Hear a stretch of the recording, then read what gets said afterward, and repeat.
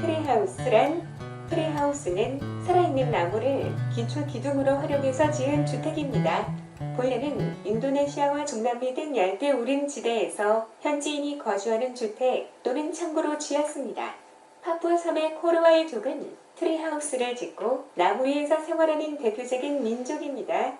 트리하우스를 만들어 나무 위에서 생활하게 된 근본 이유는 밤에 활동하는 맹수의 위협에서 벗어나고자 하는 것이고 적대 관계에 있는 다른 부족으로부터 자신을 보호하기 위한 방편이기도 합니다. 다큐 채널인 디스커버리에서 방영한 피터 넬슨의 트리하우스 마스터는 중장년층의 인기가 많았는데요. 현재의 트리하우스는 개인에게는 오두막집으로 활용되며 상업적으로는 트리하우스 호텔로 활용되고 있으며 레스토랑으로 운영을 하기도 합니다. 트리하우스는 지친 일상을 벗어나 쉴 수 있는 새로운 휴양시설이며 앞으로 각광받을 아이템임에는 틀림없습니다. 트리하우스의 핵심 기술. 트리하우스를 짓는 것에 있어 우리의 눈에 먼저 띄는 나무 위의 작은 집은 그렇게 기술이랄 게 없습니다. 목조주택을 짓는 사람이라면 바닥의 콘크리트 기초에서 나무 위 데크로 기초가 박힌 것일 뿐입니다. 땅 바닥에 발을 딛고 하는 공사가 아니라서 다소 위험하고 어려운 점은 있습니다만 이것이 트리하우스를 짓는 핵심 기술은 아니며 단지 집을 짓는 환경이 어려워진 것이지요. 그렇다면 트리하우스 핵심 기술은 무엇이냐? 집을 짓는 바탕, 기초가 되는 데크, 이 데크의 하중을 받쳐주는 빔을 나무에 고정하는 방법이 되겠습니다. 이렇게 트리하우스를 설치하는 것에 있어 기초를 만드는 방법의 기술력이 있는 것이고 핵심 포인트가 있는 것인데요. 몇 가지로 요약해서 설명드리도록 하겠습니다. 첫째, 나무의 생육에 지장이 없는 방법인가? 트리하우스 기초인 데크를 지지하는 빔을 어떻게 고정할 것인가? 이 방법에 따라 그 회사의 노하우와 기술력을 알 수 있습니다. 살아있는 나무를 활용하는 방식과 콘크리트에 기초의 방부 기둥을 심어서 인공적인 나무를 활용하는 방식으로 나눌 수 있겠고 또는 두 가지를 혼합하여 활용하기도 합니다. 살아있는 나무를 활용하는 방식이 있어 국내의 사례를 보면 밴딩 방식과 구조재를 나무에 직접 체결하는 방식을 볼 수 있습니다. 밴딩 방식은 나무를 죽게 만드는 방식입니다. 수분과 영양은 변제를 통해 줄기, 가지, 잎으로 전달되는데요. 밴딩 방식은 나무가 성장하면서 줄기인 변제가 조여지고 동물이 목이 조여서 죽듯이 고사하게 됩니다. 줄기를 감싸면서 지지하는 여러 가지 방법들이 있는데요. 이것들을 모두 밴딩 방식이라 할 수 있습니다.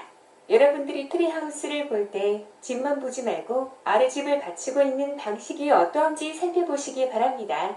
인공적인 기둥 기초를 활용하는 것은 건축의 필로티 공법인 것이므로 일반적인 건축에 준하여 공사하는 데므로 뭐 특별한 것은 없겠습니다.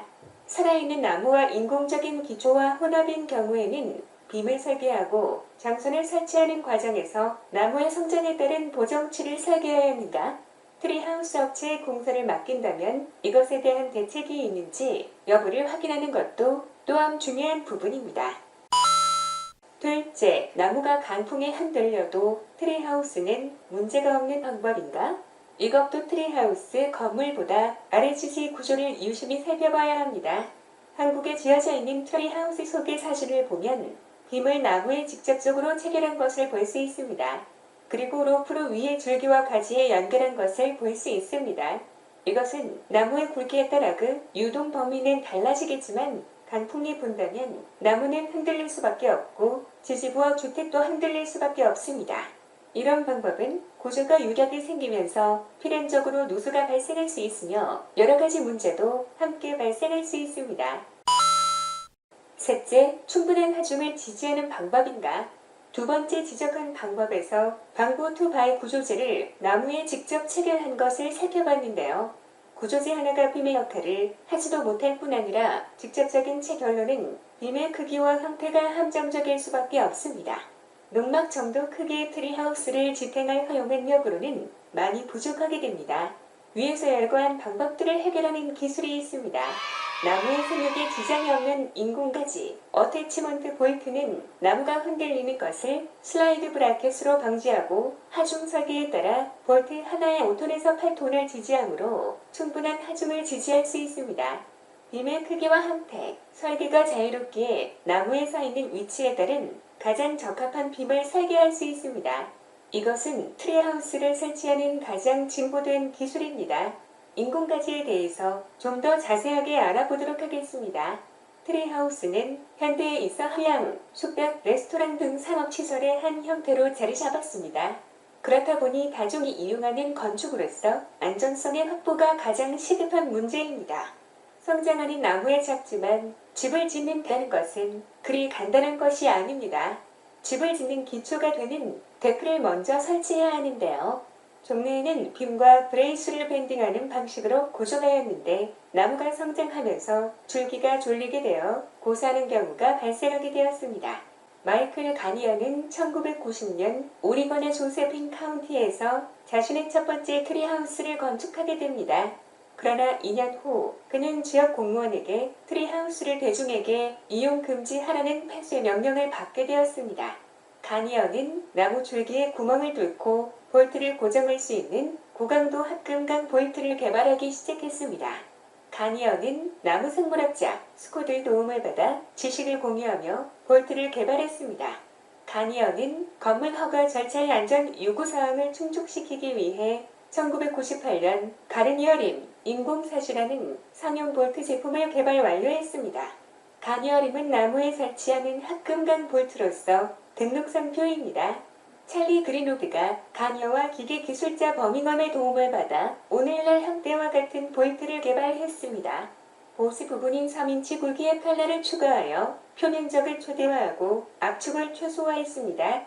디스커버리 채널 피트니스 트리하우스 마스터에서도 이와 같은 인공가지를 사용합니다. 인공가지 볼트는 트리하우스 도크를 지지하는 빔을 설치하기 위한 가장 진보된 기술입니다. 큰 하중을 지탱하기 위한 인공적인 나무 가지라고 이해하면 될 것 같습니다. 환경농자나 여기에 대한 이해가 없는 일반인들은 살아있는 나무에 천공하는 것을 우려스럽게 바라보기도 합니다. 이 기술은 사람에 비유하자면 치아가 상해서 임플란트를 하는 것, 골절이 일어나 뼈에 볼트를 박아서 고정하는 것과 유사합니다. 두 가지 경우 모두 사람을 살리는 일이지 사람을 해치는 수술 방법이 아니라는 것을 우리는 너무 잘 알고 있습니다.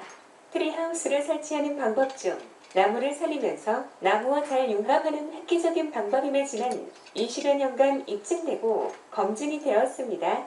안전한 트리하우스를 짓는데 도움이 되셨다면 구독, 좋아요, 공유하기 부탁드립니다. 다음 시간에 또 다른 영상으로 찾아뵙겠습니다.